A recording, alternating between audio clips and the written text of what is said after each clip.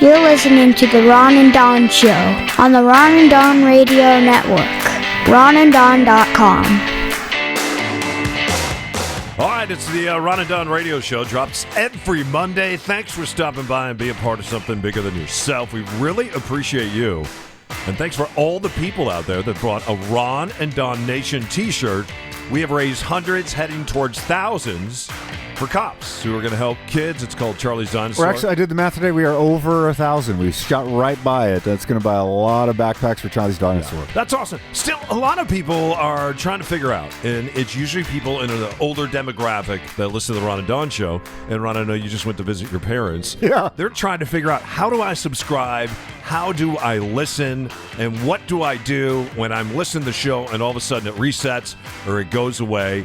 You have to hit subscribe, and there's all different types of cool ways to listen to the show. Well, you really need to download an app. And so hopefully by now, I think that the penetration into the marketplace of smartphones is pretty much 100% or darn near close. I'm sure someone's going to email, I still got a flip phone. Right. I get it if you still got a flip phone, but most people have a smartphone. You got to download an app. If you don't know how to do it, get your grandson, your 4-year-old, they know how to download an app. It's just any podcast app, any of the big name brands. So it can be Apple is our biggest one by far, but Anchor's the one that hosts, and then you can also support us if you want to through Anchor. But you literally go to the App Store, you put Podcast Player, pick Stitcher, Spotify, Apple, Google, Anchor, and there's a bunch of them that you can get. And then you search Ron and Don Radio and hit subscribe. It will automatically hit your app every week. And then when you get out of the car or you're walking the dog or you're doing the dishes and you hit pause,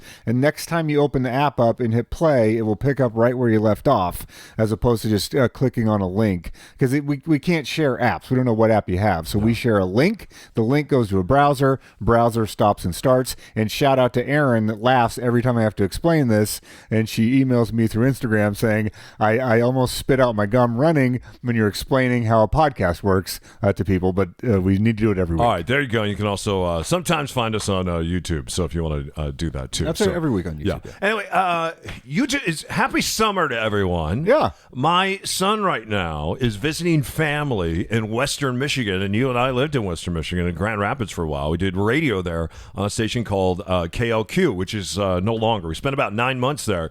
It wasn't the summer months, though. It was the winter months. In the winter there is about 9 months long. I got stuck in my driveway. The one thing I remember about Michigan is I bought the house that I bought there was this really cute Craftsman. You probably remember it. It was, yeah. And if that house was in your neighborhood on Queen Anne, it would be about $1.75 million. It would be, yeah. And the house in Michigan I bought for $110,000. Hardwood floors, fireplace, like porch, like think of the Craftsman that you know and love here. Yeah, $110,000, and it had been recently remodeled. Yeah, it was a beautiful. But I was like, God, is there any way to transport this house that I bought in Michigan and stick it on Queen Anne? Yeah. Anyway, he's back there visiting his grandparents, seeing some family members, hanging out with young cousins. He's 9 now.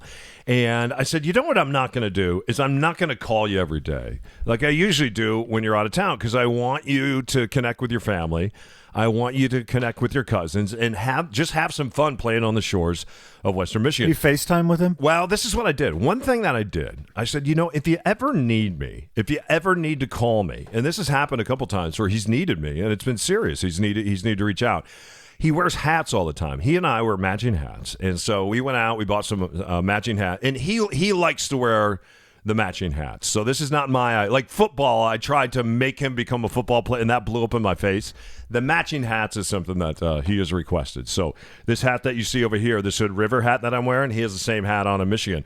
And what I do is I write down my information inside the hat and the phone number so that he can get in touch with me. He's been there for a number of weeks now, and I have called him a couple times in the evening, and it's like, hello, is G-Force there? And it's like, yeah. Well, what's going on? You having a good time? Yeah. You having a great time with your cousins? Yeah. Are you fighting, like fist fighting with them sometimes? Because sometimes you do that when you're 9 years old and you spent way too much time with your cousins. And he's like, well, and then he wouldn't tell me. And then we have these conversations where I feel like I'm interviewing him. He's the one-word answer guy. We say we love each other, and then we hang up the phone. And then I was just reading a journal of mine the other day, and I forgot when he goes on vacation, call him in the morning, not in the evening. Because by the time he's been swimming, he's wiped out. So I've been calling him in the morning. We've had much better conversation. Good. I called him this morning. It was 8 o'clock. What's the report? And it's 3 hours later there. And so this is what I found out today. This is in my conversations with G-Force O'Neill. Number one, are you ready? Yeah. I said, hey, have you been trying? Because he eats 3 foods. And it's bacon. And it's bacon and it's bacon. That's about the only food that he eats, morning, noon, and night. So sometimes, though, his cousins will eat other foods, and then it will get him to try other foods.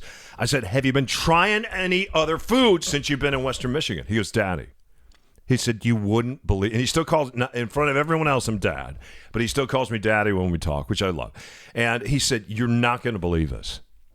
He said, Go-Gurt is the same as yogurt. It's the same. It's the same. It's the same thing. Be an adventurous eater with Go-Gurt. He's like, Go-Gurt is the same thing as yogurt. He eats Go-Gurt, and to get him to eat the Go-Gurt, I have to freeze it, Ron. So I freeze the Go-Gurt. Isn't Go-Gurt yogurt? It's what yogurt. Am I missing? It's the same thing. But okay, so he just figured that out. There's no hidden reveal. There's no twist at the end of the story. No. I was like, wait a minute, he's right. Go-Gurt is yogurt. Okay, so it's not. But I tried to get him to eat yogurt in the morning instead of bacon, and he won't. Do it. And then I've explained to him before that, hey, Go-Gurt yogurt, it's kind of the same thing, and he wasn't having it.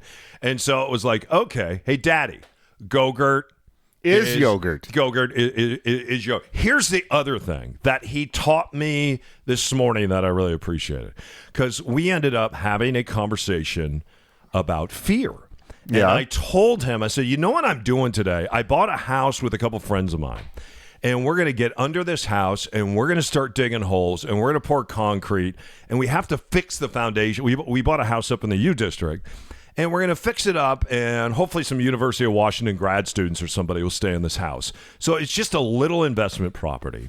And I have this fear of getting under this house because the basement in the house, and I was telling you before we jumped on here, Ron, it's literally you crawl under, and the crawl space is about, what's going on, Charlie? Charlie, what is Charlie the dog is freaking out. What's he doing? Should I put him in the garage? What's he doing? There's just a bunch of cables around here. Charlie, don't chew on the cable. Charlie, come over here. Come on, Charlie. Don't chew on the cable. Your dog is super cute. Come over here. But Come over I'm trying to figure out. Come here. Oh man. Okay. Over here. Come on, man. He likes you, Mr. Ron. He does like me. Too bad all the cables are by me. Okay. Charlie, can you lay down? Lay down, buddy. Sit. Down. There you go. Good boy. There you go. He knows you're a dog person. Right. All dogs know I'm a dog person. He knows that. Yeah. And you are a dog person. So anyway, we were talking about fear, and you are claustrophobic. I am. Like when we were doing getting you on an airplane for any flight lengths is hard. Yeah. So how big is the crawl space? The crawl it's about 3 feet, and we had to get down there, and because something happened during the Squally earthquake. And something happened, these footings in the basement, and so we have to reset the house. So we're going down there literally with shovels, headlamp? And we're digging, whole thing, yeah. And we are pouring concrete, doing all this stuff. And so nonetheless, I share this with him. I'm like, hey, I am driving right now to and I'm going to go and I thought I was going to do it for 5 or 6 hours today. We ended up under the house for 9 hours. And I said, G4, I said, I'm really scared about it. And I said, I have fear about it. And I said, do you have fear about anything? And he said, Daddy, I do. He said, I have a fear of jumping off diving boards. Ooh, that's a tough one. The 10 meter? Yeah. And the high dive? I said, you do? And I'm like, well, because we would never have this discussion in the evening, but now we're talking in the morning. He has more energy. So I'm like, tell me about your fear about jumping off diving boards. And he is fearful because he jumped off one time and he belly flopped. Oh, the worst. Yeah. And he said it was so painful. And then he says every once in a while, he's afraid that a shark is going to come up out of the water. Oh, because he's at a lake. And this is Lake Michigan. Ah, yeah. Yeah, and he doesn't quite have figured out. But if you've ever been on Lake Michigan, there are fish much bigger than sharks. Oh, there's catfish down there that are several hundred pounds. Yeah, there are carps there that will eat you. Oh, my God, yeah. They're huge. I mean, it's not going to come to the shore where a diving board is, but you never know. You never know. When they say it's a great lake, it's a great lake. It's basically it. And I'm like, I totally get that, and I understand that.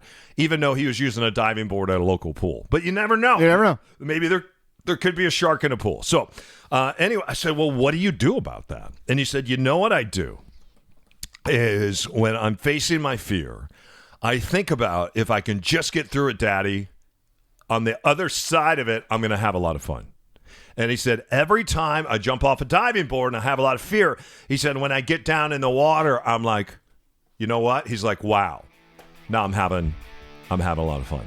So I crawl under this house today. I don't know if you're going to. And I'm digging, and I'm digging for the first hour, and just my skin is crawling down there because I'm just in this enclosed space, and I'm telling myself, I'm like, you know what? At some point, this is going to be a ball. This is just being under this house, all these cobwebs on an 85 degree day. This and looking around and seeing a cracked foundation. There's water on the other end of this diving board. This is going to be a lot of fun. And here now I'm getting toward hour 2, hour 3, hour 4, and I begin to dig this hole. And I'll send you a picture because finally I dug the hole. I was up to my neck down in this hole, and finally we got to hour 9. And you know what I found out? Sometimes it's not until you crawl out of the hole and then you do something you've never done probably in the last 20 years. You stop by Dairy Queen on the way home and you have a DQ Blizzard that they still serve upside down. Mr. O'Neill, here is your Heath Bar Blizzard. But that was good. Spoon in, upside down. It was unbelievable. And I tell you what, it was a lot of fun. It took 9 hours to get there, but finally, we had some fun. So anyway, remember, face your fears. At some point, it's going to be a lot of fun. And Go-Gurt. It's yogurt! It's the Ron and Don Show on the Ron and Don Radio Network. You should buy a shirt. It's the Ron and Don Nation t-shirt. $5 goes toward helping kids. It's cops helping kids. Find out more at ronanddon.com.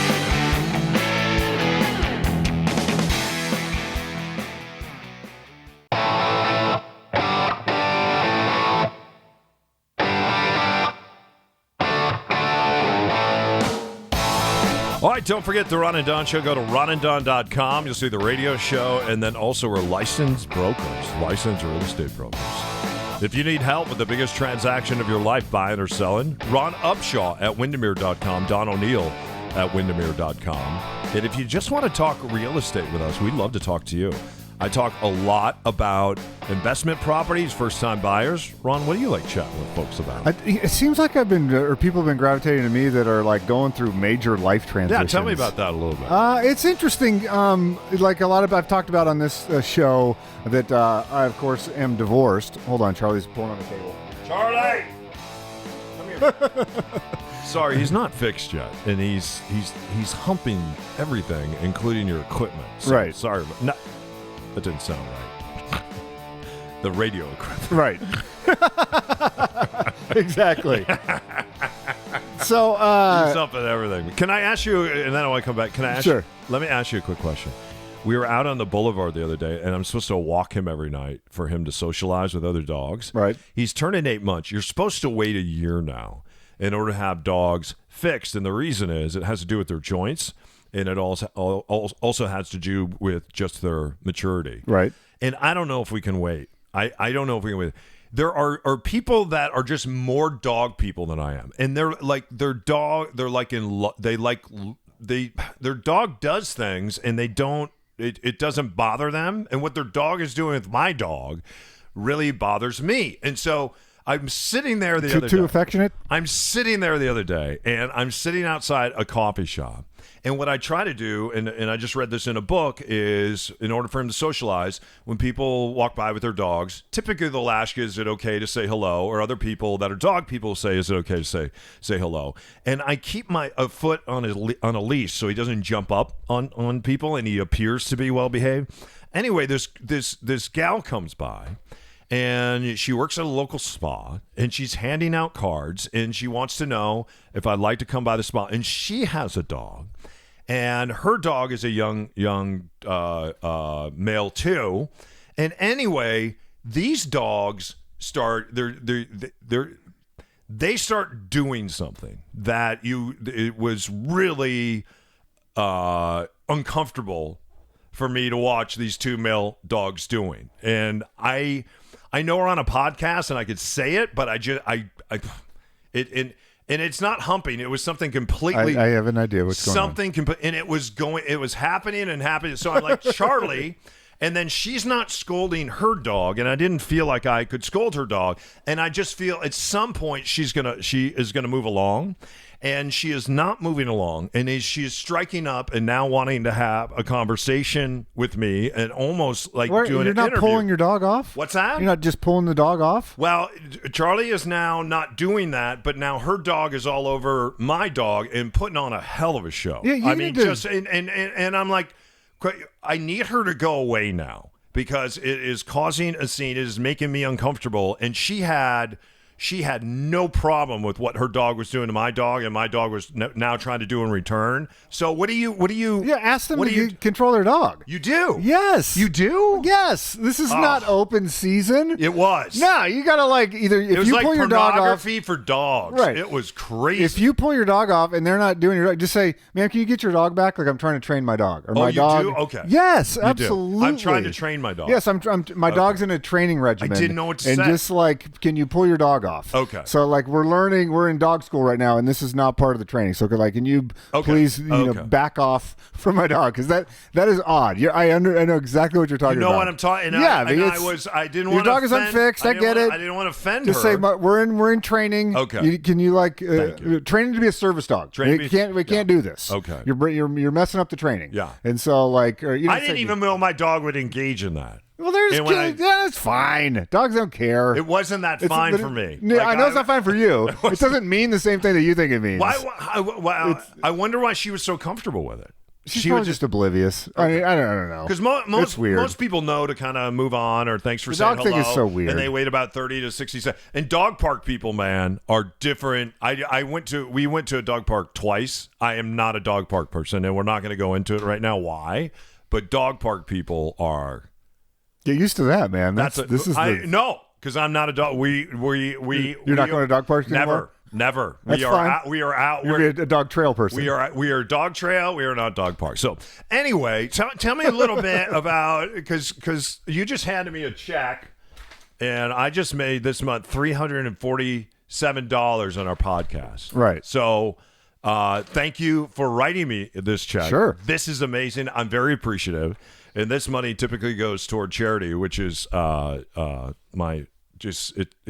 my son's camp lessons this year. And maybe we'll get some Go-Gurt and yogurt. But thank you for that.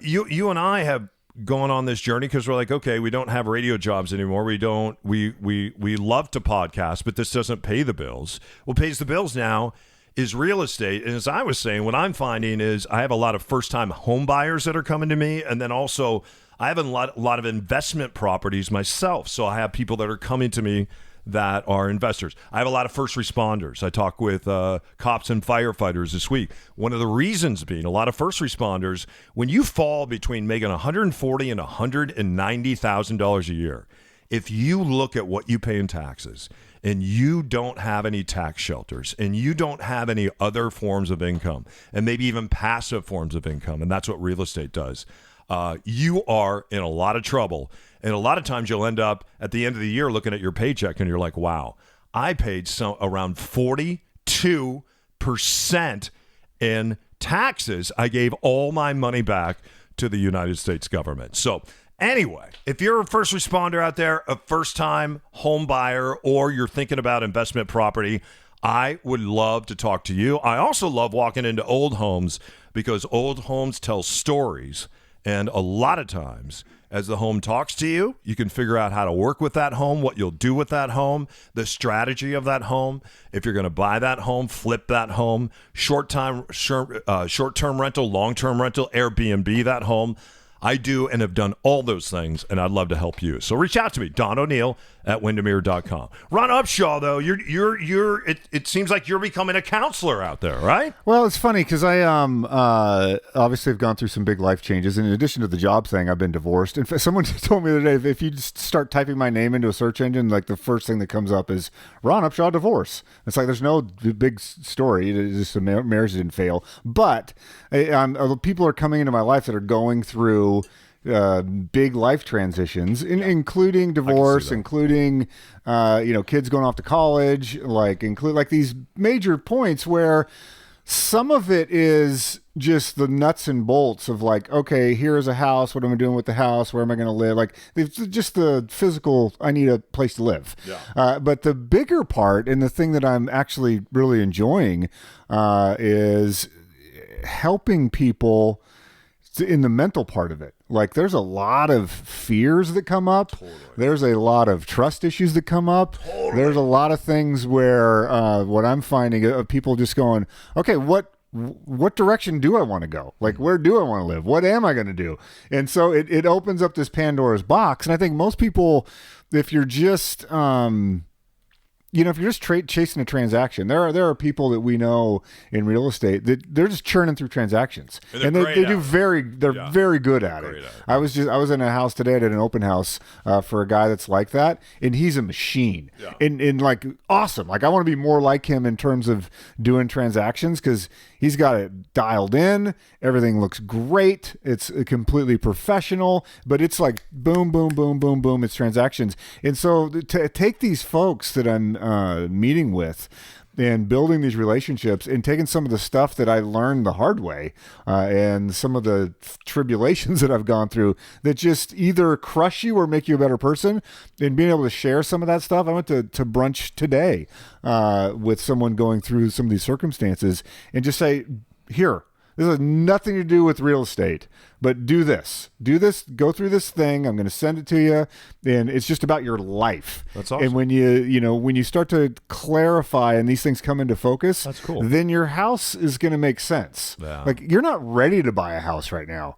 Like you're not ready to start looking. You need to, in my opinion, consider just doing these things, and then that's going to focus itself. Like that's going to snap into a position where when you are ready, I want to be here.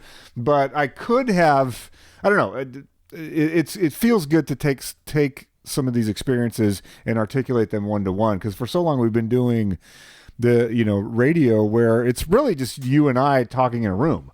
And people can email you or reach out to you on Facebook or whatever, and that feels good and it's gratifying, but you don't really meet them. You don't really get that same energy that you get with someone where you've helped them in a real context move from here to there. Yeah. Like spiritually and emotionally and then physically. Because if people are changing their housing, there's usually some big life event that's happening. Huge, and that's what you're finding and out. So, right? I can see why people are gravitating towards you in the things that you described, because you're really good at those things. And I guess people are gravitating towards me because I have a skill set in that area. So, and I don't. You're a good I'm listener. getting. It's like, you should be my life coach. It's like, I don't want to be a life coach. I've chosen to be a realtor. I want to do real estate, but along the way, I have some maybe life coachy type of things that connect with people. So, email me, Ron at Windermere.com. And I the other thing that I'd like is getting into sort of the nuts and bolts of if you listen to the show for a long time, you know that I like studies and I like big picture things and like seeing how all the parts fit together.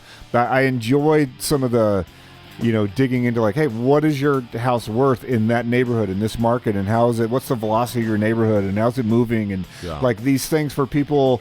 I think I can explain it in a way that folks go, okay, yeah, I have a better picture of what is going on and like what my options are and what choices I have. And even if you don't do something today, you put that in the filing bank, and it's like, all right, like they feel more confident after we've met, which is a good feeling. Yeah, I had someone reach out to me and I said, I'm not going to list your house because you're asking too much, and then we're going to ride the market down. It's going to punish your house, and then I'll get paid at some point. And I said, find another realtor to do that for you, or let's reset your expectations. And then I had someone this morning, reminds me of what you just said, and they wanted to buy a house. And I said, this house has knob and tube. And I said, do you know what knob and tube is? And they said, no. And I said, the knob and tube has never been fixed in this house. And then I took them to one of my houses, another investment property I had, and I showed them where the fire happened because the knob and tube had not been fixed. And I said, you know what? When you figure out what knob and tube is and what it's not, and whether it's in the house you're buying and you're going to fix it, I said, when you figure out those things, then let's buy a house. It's the Ron and Don Show. We'd love to be a part of your life's biggest transaction and just talk real estate with you. You can reach out to Ron Upshaw at Windermere.com, Don O'Neill at Windermere.com, everything at ronanddon.com. We come back. 76 is the number. And I'm not talking about the gas station. I'm talking about the opioid crisis, and the news that came out this week is shocking. It is death-defying. Now we know why there are hundreds, and I mean hundreds of young men in places like Ohio that are dead and laid out in morgues tonight, and they have run out places to put those bodies. Why is that? Has a lot to do with places like Kaiser and Walgreens. We'll talk about it next. It's the Ron and Don Show, ronanddon.com. Ron and Don. Ron and Don. Ron and Don. Ron and Don. On the Ron and Don Radio Network, man. Okay, how much do I have to pay you for this? $1.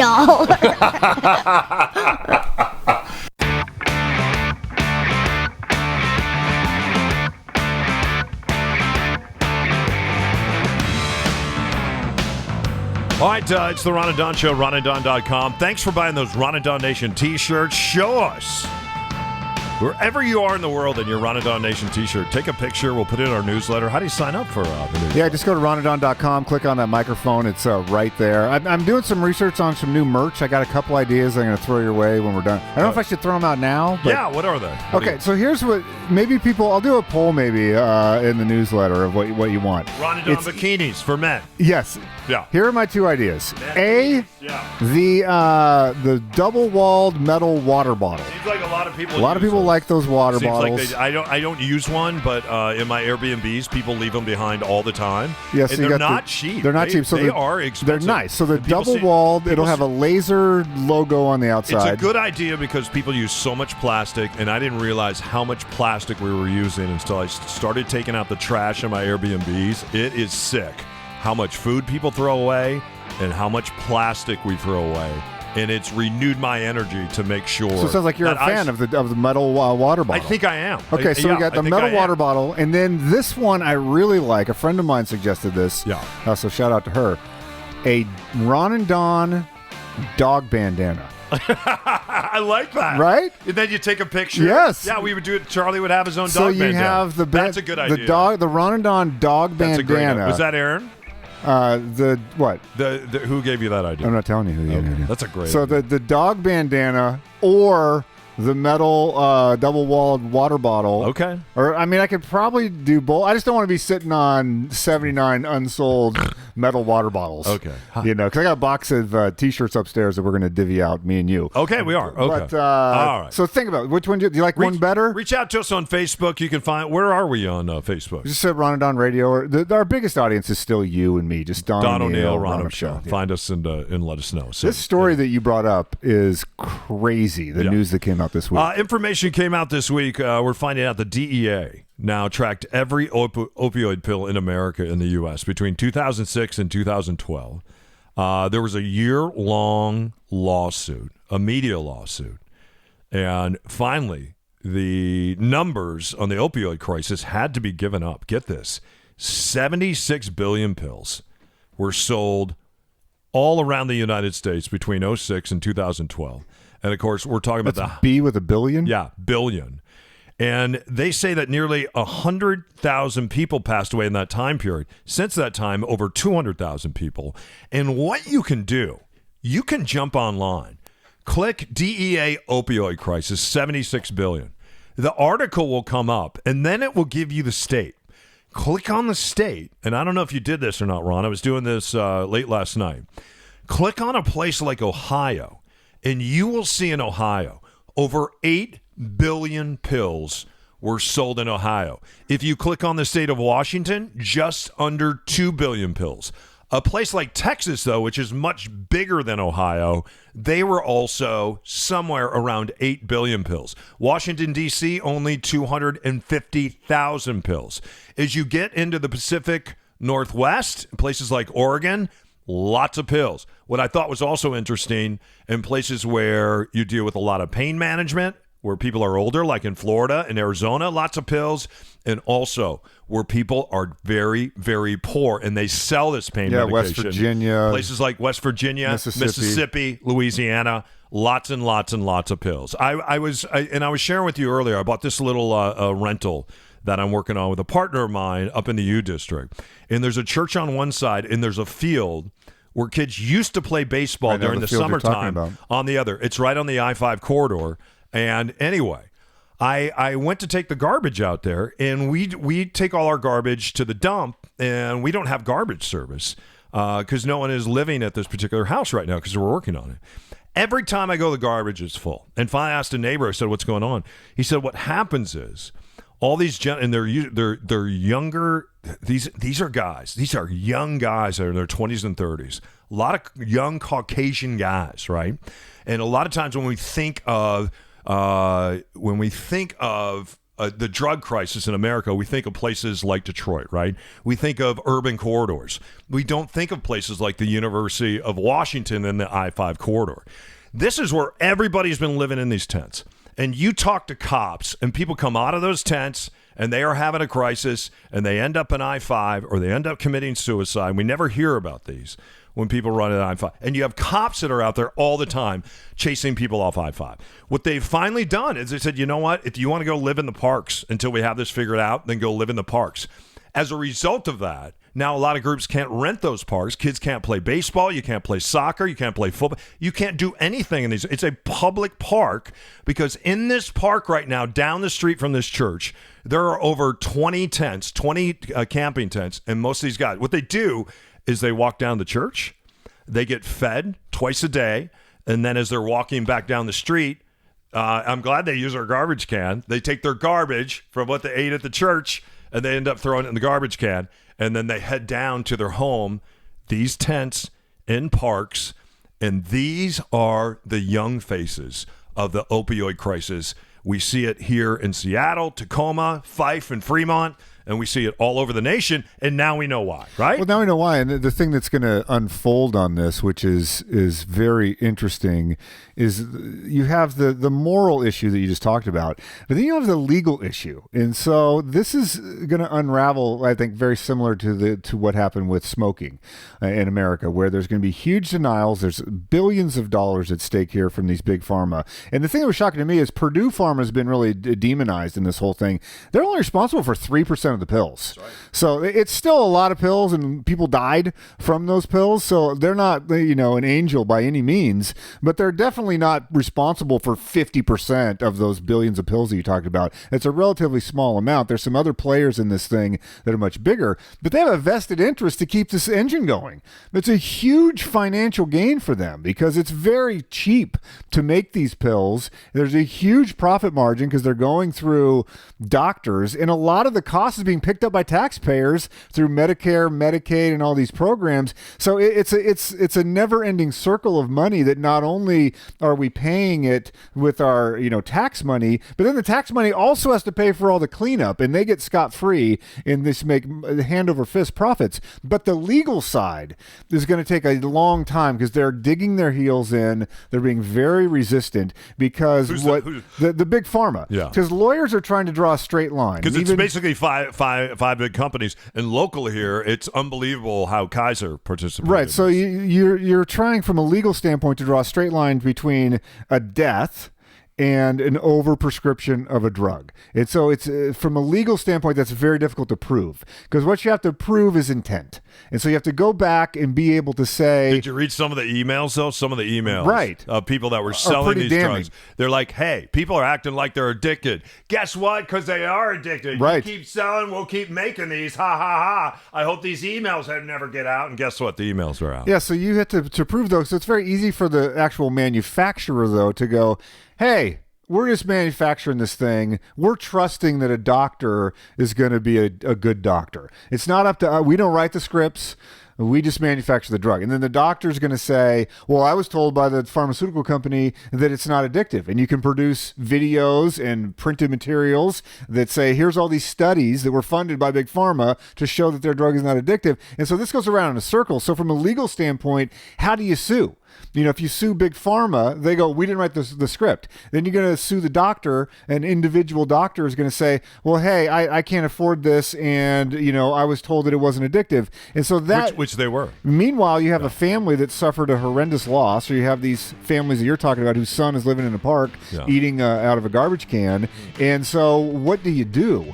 And so legally, it's going to take some deep pockets and some committed lawyers that are going to go be in this for maybe 10, 15, 20 years to finally get this done. And we all know how the story ends. There'll be some monetary fine. It will appear to the average person like a lot of money, hundreds of millions of dollars. It'll be a drop in the bucket to what they've made. But until we can clamp down on this, I'm just excited. If you look at the other side of pain management, which is involving a lot of like psychotropic drugs, it's involving some CBD derivatives. A lot of holistic stuff. And there's some stuff that's coming along. A lot of Eastern medicine. Some research to where we can wean people off of these addictive drugs, manage their pain in a different way. That's where the real frontier should be going. Real research, and we all have to be careful of this. We all have to be careful because you hear someone say, hey, I had a ski accident, or I went to the dentist, and the next thing you know. The real research says it takes just 10 days. Line up 5 people and give them opioids.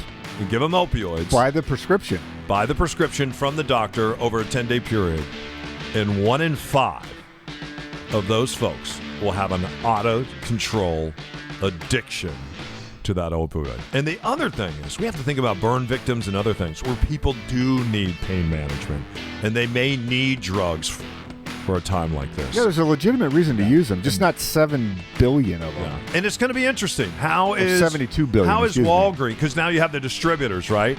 How is Walgreens? How is CVS? How, and CES. Yeah. All the C's. How is Kaiser? Because we looked at some of the numbers here in the Pacific Northwest, and it's pretty astounding how involved they are. I wonder what their public face is going to be on something like this, or if they're going to say it's a legal matter and we have nothing to say. It's the Ron and Don Show on the Ron and Don Radio Network. Don't forget, you can find everything Ron and Don at ronanddon.com, and don't forget to show us your Nation t-shirt. ronanddon.com. Buy that Nation t-shirt. Take a picture of it anywhere in the world. We're going to put it up online. And also money, $5. Every t-shirt goes towards Charlie's Dinosaur, helping cops help kids as they get ready to go back to school. It's Ron and Don. Why wouldn't it be?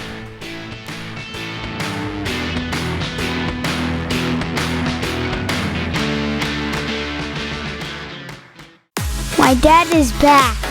Like it or not, you're listening to the Ron and Don Show. You can find the guys at ronanddon.com. All right. Ron and Don Show brought to you by ronanddon.com. Don't forget we are licensed realtors. So if you want to ride around with Ron Upshaw one afternoon and just go look at houses, wouldn't that be a blast? I think it would be. Ron Upshaw at windermere.com and let him drive. Do you get people a cup of coffee, or how do you? Or is coffee allowed in the car when you're driving people around? Look at home. I had to drive, or I got to drive some people around that ended up buying a house. I did my first sale. Elizabeth, congratulations, bought a house. I had to borrow a friend's car because there was 3 people. Because I have a truck, and I like my truck. I don't want to get rid of the truck. It's a cool truck. Great truck. But basically, I can bring one person with me in the truck, unless you're really, really tiny and you can fit in those half seats in the back. And so I am trying to make sure that I do the truck. Did Charlie just do that? Yeah. He doesn't chew anything until he comes over here, and then he chews on your table, and then he chews on your cables. And what was that? That was your Starbucks sleeve. Oh. So if he's going to chew up anything, I just don't want to. If he chews on the cables, we're in trouble. And plus, he'll get electrocuted if he chews on a power cable. That would be a problem. Yeah. Okay. So Charlie, do not get electrocuted. Yeah. Don't get us in trouble. There is a really interesting dynamic happening right now in the world of food. And I'm not going to ask you that. Sit. Okay. Do you got a treat? How about a piece of cardboard? Okay. Seems like why would I have dog treats? I don't have any dogs right now. Now he's looking at me. He's going, okay, dude, I sat. You said the T word. Where's the treat? Do you want to run upstairs and do see you have if one? I don't know what I've got. No, I don't. You don't? Okay.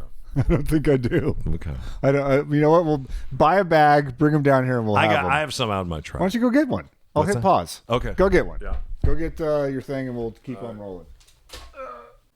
All right, 3, 2, 1. We're back. I had to run out to the truck, get Charlie a treat. That's a good-looking treat, by the way. And now he's chewing on his bull. You know what? Correct. When my son figured out what a bull thing is, dog treats had a whole new meaning. So speaking of bull parts, actually, it's sort of related to this next story. So the fastest growing category in foods by like 400%, or actually 550%, is quote unquote plant-based foods. Yeah. And so the U.S. retail stores have looked at this, and it's grown 11%. Normal food categories are growing about 2%. And so everybody's trying to get in this game. And here's the thing that they're struggling with. Part of what fueled this is Beyond Meat Incorporated went public at an IPO, and it went absolutely bonkers. People love buying into that. In the same way they like buying Tesla, almost regardless of what the metrics are. They just want to be a part of Tesla. A lot of people want to be a part of Beyond Meat, even like they don't understand the fundamentals. They're not sophisticated investors. They're like, I want that stock, just because they believe in what they're doing. And so the rest what are they doing? Beyond Meat is making, they're doing the Beyond Burger, right? Which I actually like the Impossible Burger better. And the Impossible Meats guy, or the Impossible Foods, is very interesting dude. I think he's a Stanford PhD, like Nobel laureate. Like, he's a very smart guy, and he's reverse engineering the meat products at the fundamental level of like how many amino acids, how much protein, how much water, how much.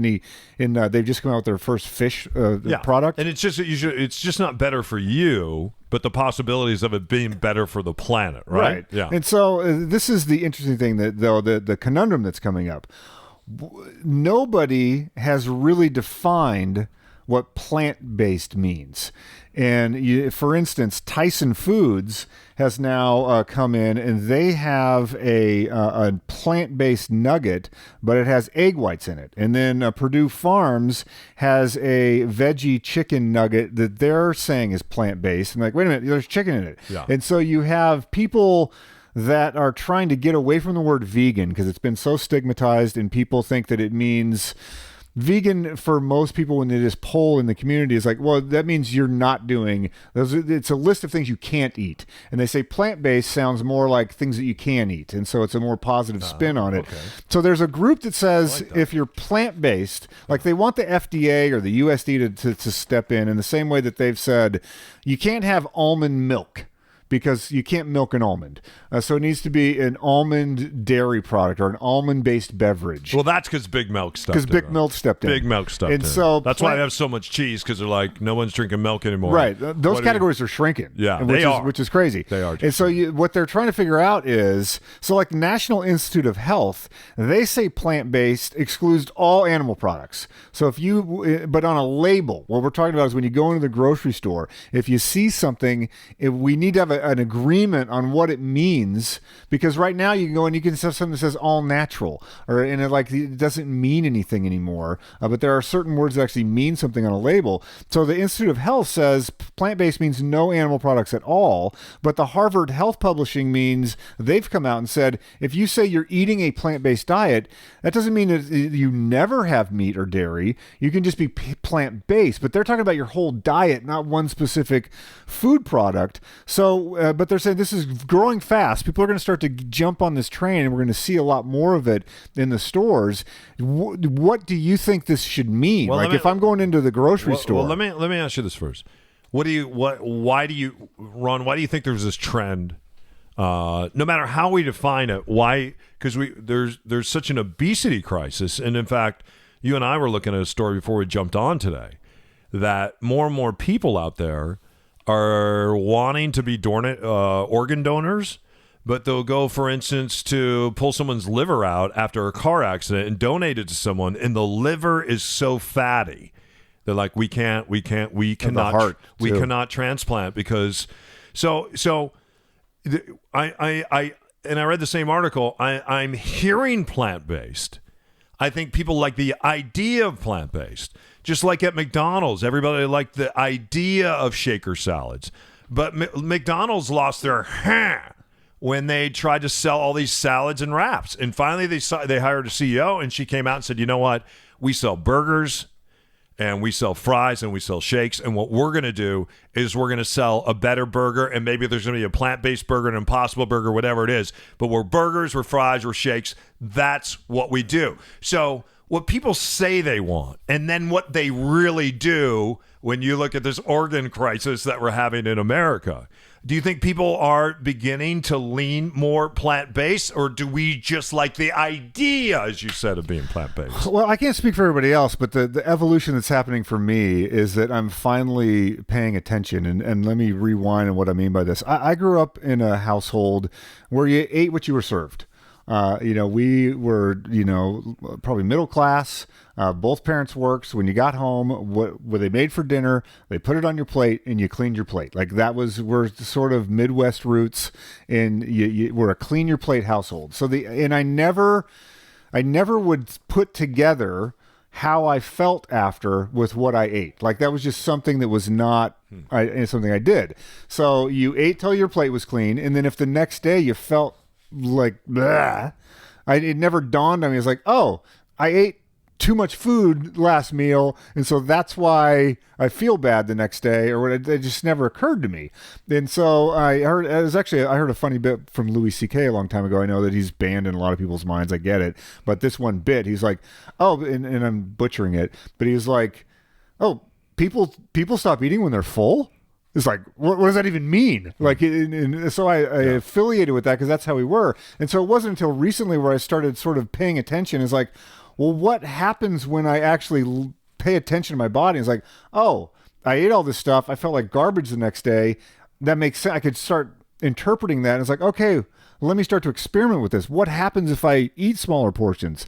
Oh, I kind of felt better the next day, or I had more. My energy did you feel all over better? the place. Did you feel better? I did. You did feel better. Okay. And so it's like, oh, what happens when I start eating more plants? It's like, oh, my body feels better.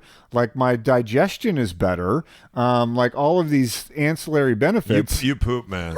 You poop. Well, you are on a clock, right? When you're eating plants. Yes. Oh wow. And it's better. Oh. Than it is, like, it's different. Yeah. So we don't need to go into poop It's like talk. when you change your dog's dog food and you're like, oh, right. Wow. That's a sample to take to the vet right there. I never put these things together.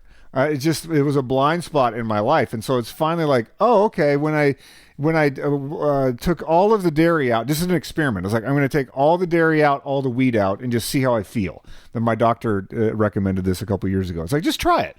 Go for like a month. Don't eat any dairy. Don't eat any wheat, and just see what it feels like. So I did that for a month, and it's like, okay, let's start adding some stuff back in. Eat some Go-Gurt.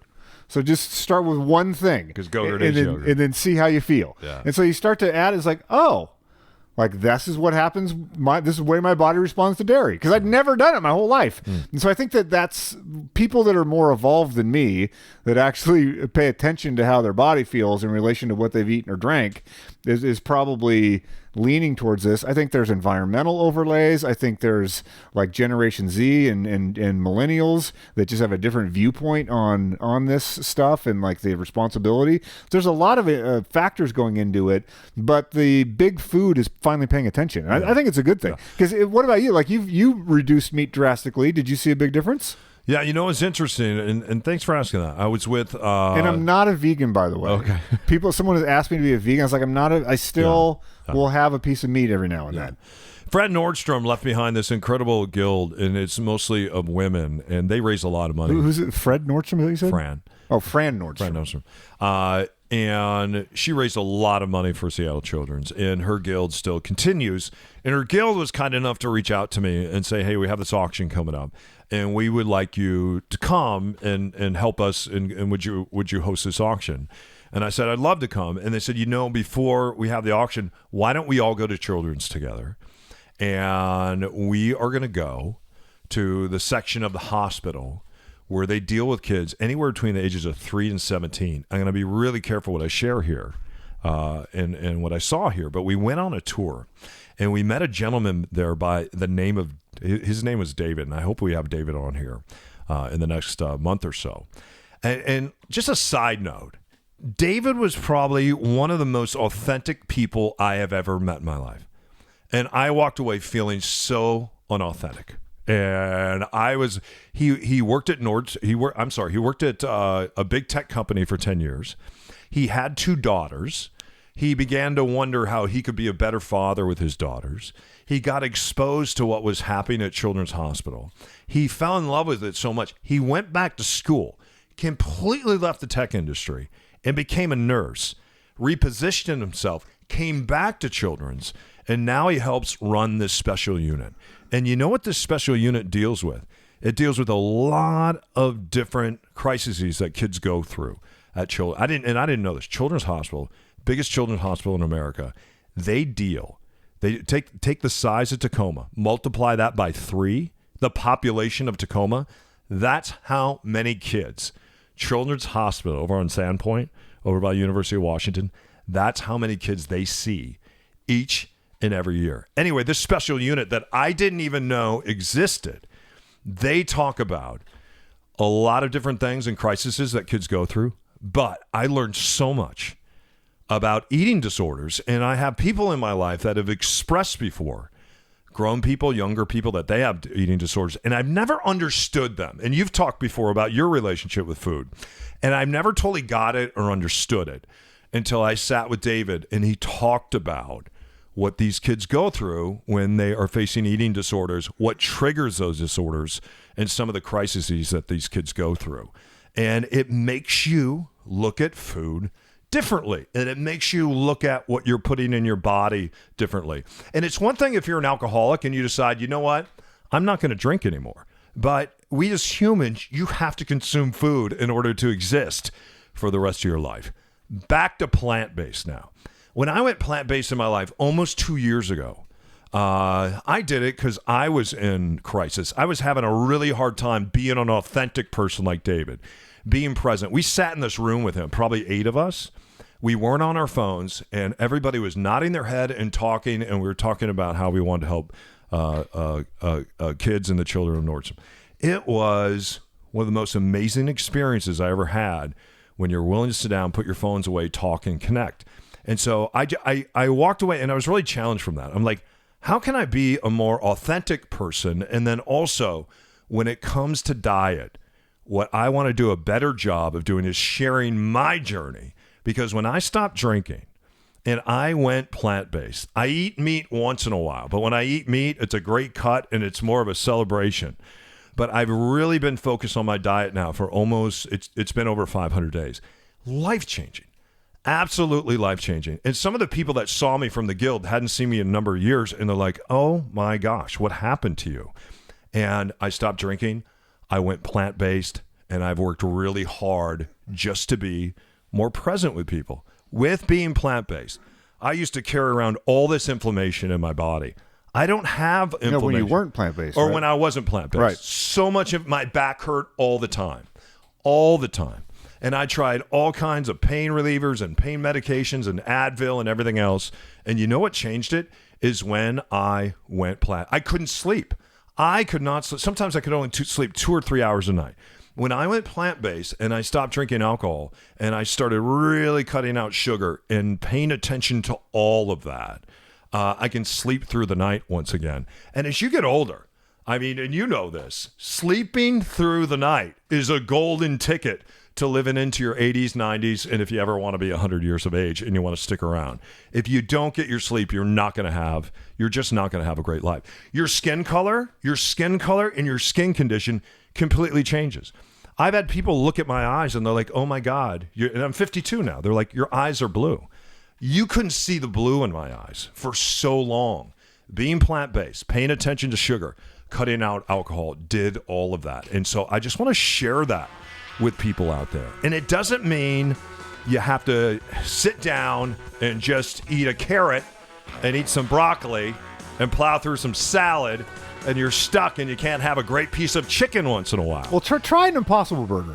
Like, go to their Tom Douglas restaurants have them. Oh, they do? Okay. It's like $15. Order Impossible Burger and tell me if it's not among one of the best burgers My you've problem had. is I never actually taste the Impossible Burger or the hamburger or anything else because I love condiments so much. I put so much condiments. Put some ketchup on there. So much relish. It's great. So much of it. Sriracha, all that. I put it on so I Try end up one. Not tasting it anyway. So Tom Douglas has one of those. They're all over the place, but the one I had at Tom Douglas was particularly good. That sounds good. Yeah.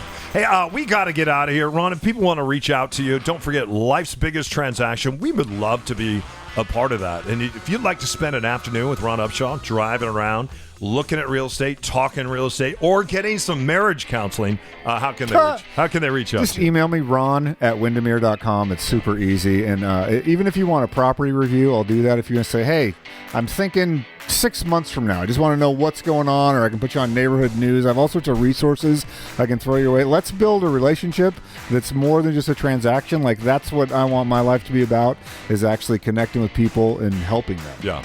All the first responders out there, if you're a cop, if you're a United States soldier. You can't have all the first responders. What's that? I want a couple first responders, too. Firefighter. No, I just like to announce this. For every transaction I do it now until the end of the year, I'm going to give $500 of that transaction. I'm going to give it to Charlie's Dinosaur, which is helping cops help kids. Awesome. So I'd like to announce that right now. And if you're an investor, you're looking for investor property, you're a first-time buyer, if you've been trying to figure out how to long-term rent or short-term rent, even Airbnb, and you're trying to unlock the secrets of how all that works, I know how that works because I've done that for quite some time, and I can share that with you. All right, you can reach out to me, Don O'Neill with 2 L's at Windermere.com. That's Don O'Neill at Windermere.com. Everything Ron and Don at ronanddon.com. All right, the radio show and our real estate business. Thank you so much for stopping by. Thanks for listening to us. And a lot of people still stop us every once in a while. They say, hey, what happened at the radio station? That's episode 1. And a lot of people also, they want to know, hey, Ron, what happened with your birth mom? You just finished telling the story, I think, in episode 3, Episode right? 3. I'd love it if you listen to it. What episode is this? I think this is 8. Is it? I think so. All right, get the Ron and Don Nation newsletter, and don't forget to hit subscribe, or you can check us out on YouTube, right? It's the Ron and Don Show. Why wouldn't we be on the Ron and Don Radio Network? Charlie, stop chewing on Ron's favorite guitar. Ron and Don. Okay. You good? Yeah. Okay, let's get going.